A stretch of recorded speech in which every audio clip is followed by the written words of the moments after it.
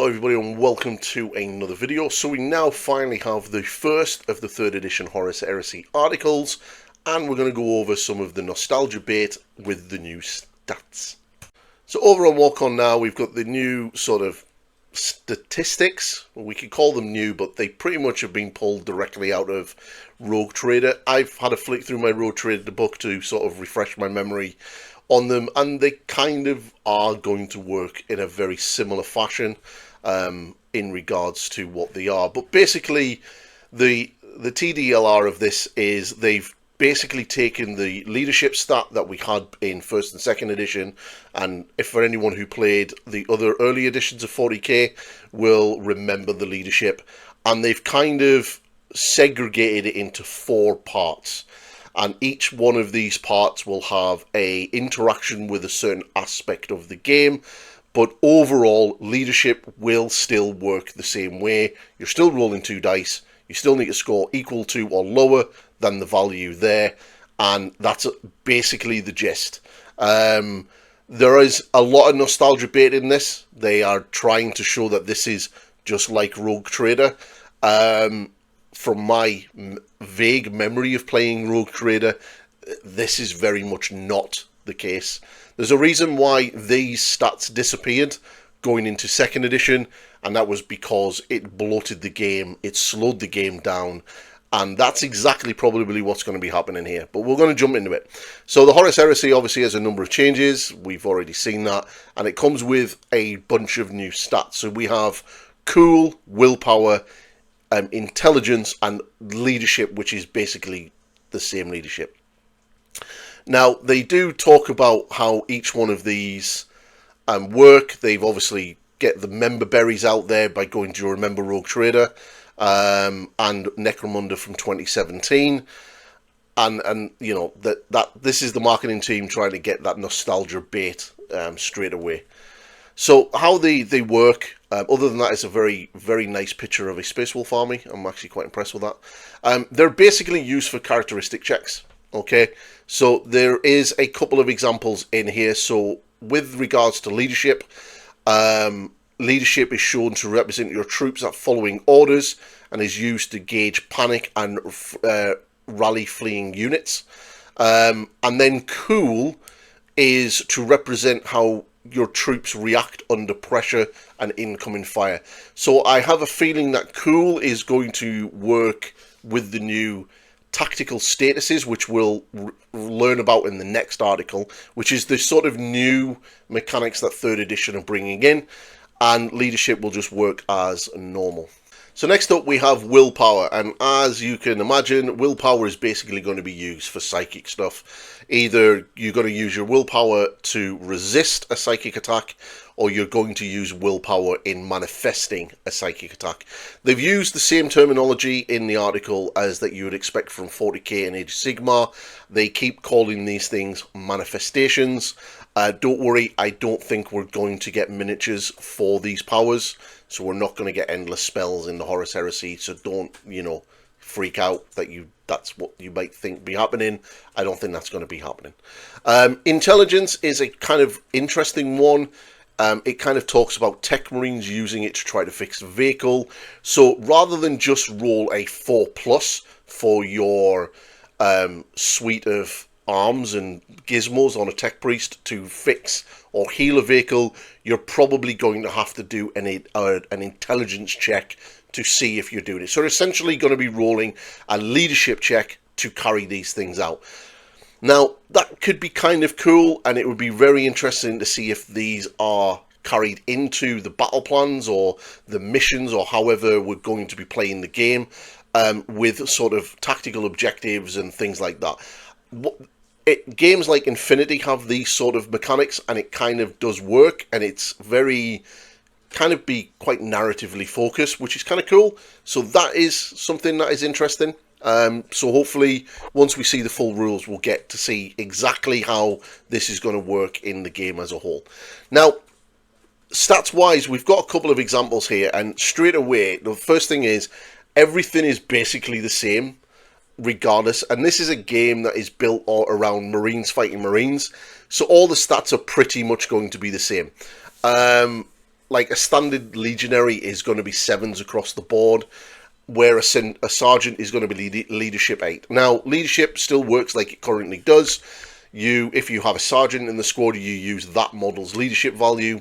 If you add and attach a character to that unit, you will then use that leadership value for that unit. Now, I will be interested to see if we still have the auras, where if you're wholly within ranges of certain characters, using the vox nets and stuff like that, that you can start using your leadership for those models. So especially likes of big name characters, Abaddon, Sigmund, Horus, and the Primarchs, that you'll be able to use their leadership.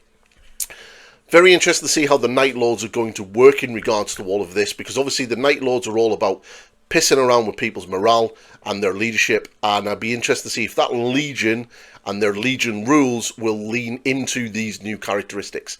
If they don't, I think that will be a massive own goal by Games Workshop, to be completely honest. Because if any Legion should be predominantly playing around with this, it should be the Night Lords. So we've got a little sort of look at the Centurion. Now, straight off, looking at him, he's Initiative 1 as base. Right, so, which is weird. He is literally Initiative 1 straight out the bat. I'm hoping that's a typo, because that seems a bit weird. He also has a 4-up invulnerable, a 5-up invulnerable, so he doesn't have a 4-up invulnerable.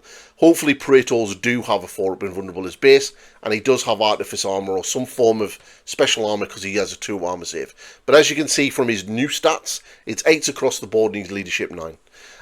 Weapon skill, ballistic skill 5, which is kind of what you expect from a sort of character-based model, and movement 7, which is interesting. One of the cool things they could have done in regards to this, now that we kind of have the different armor marks, is they could have had maybe Mark 2, Mark 6, and Mark moving at movement 7, and then like Mark 3 armor moving at movement 6. That could have been an interesting bit of flavour they could have added to the game, but I don't think they're going to go that deep. Now we get to a little look at a little snippet about the Master of Signals. Has no willpower or cool, no better willpower or cool than a basic legionary, but his intelligence is 10 to mark his sort of mastery of logistics, which is kind of interesting. I would expect then the Legion champion to have a very high cool and very high leadership, compared to some of the other consoles, like a librarian or a sort of that sort of ilk will have high willpower, that kind of thing. Now we do get a look at our first Primarch of the edition, and there are some notable changes to Vulcan. So he has movement 7, which seems to be the basic stat line for all movement. He's weapon skill 7, ballistic skill 6, strength and toughness 7, 7 wounds, initiative 5, which is basically what he is now, 6 attacks. Now he's leadership 12, and they have said in this that most Primarchs are leadership 12, and they're 10 across the board. But one of the biggest things I've noticed straight away is he has an invulnerable save of 4+, which means he no longer has a 3-up invulnerable, which is a big nerf compared to what he was like.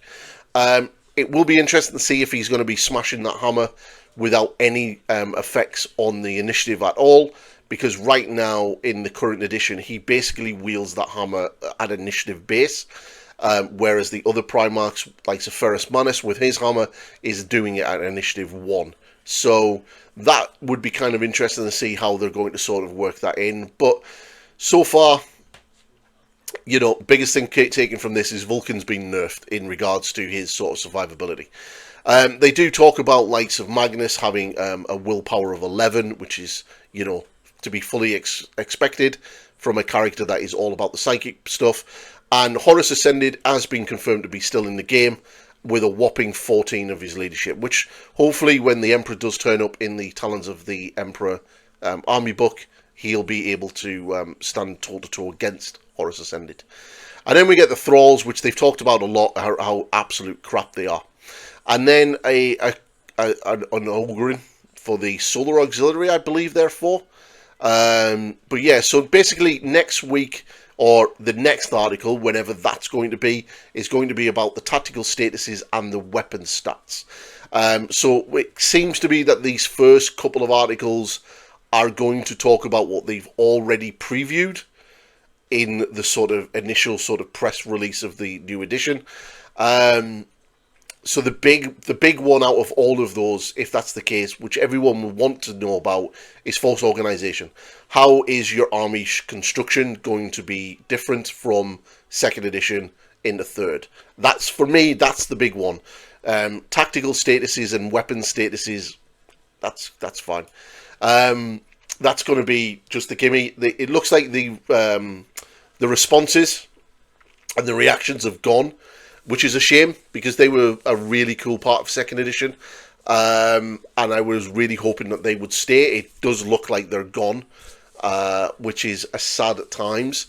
But yeah, definitely interesting on the force organization article. That's going to be the one that I really want to sort of delve into. And they really need to start rolling out with the Legion rules. They need to start giving us a little bit of a hint at how the Legion traits are going to work, and ultimately that's kind of level of sort of exposure to the rules. Talking about what we've already been talked about, because essentially what this article does is just slightly expand on what they've already said in the preview. They don't really give that much away other than kind of show a few more stat lines. So they need to be a little bit more open about the edition and actually show a little bit more of it. But that's the video. If you are liking what I'm doing, please like, subscribe, share, and all that good jazz.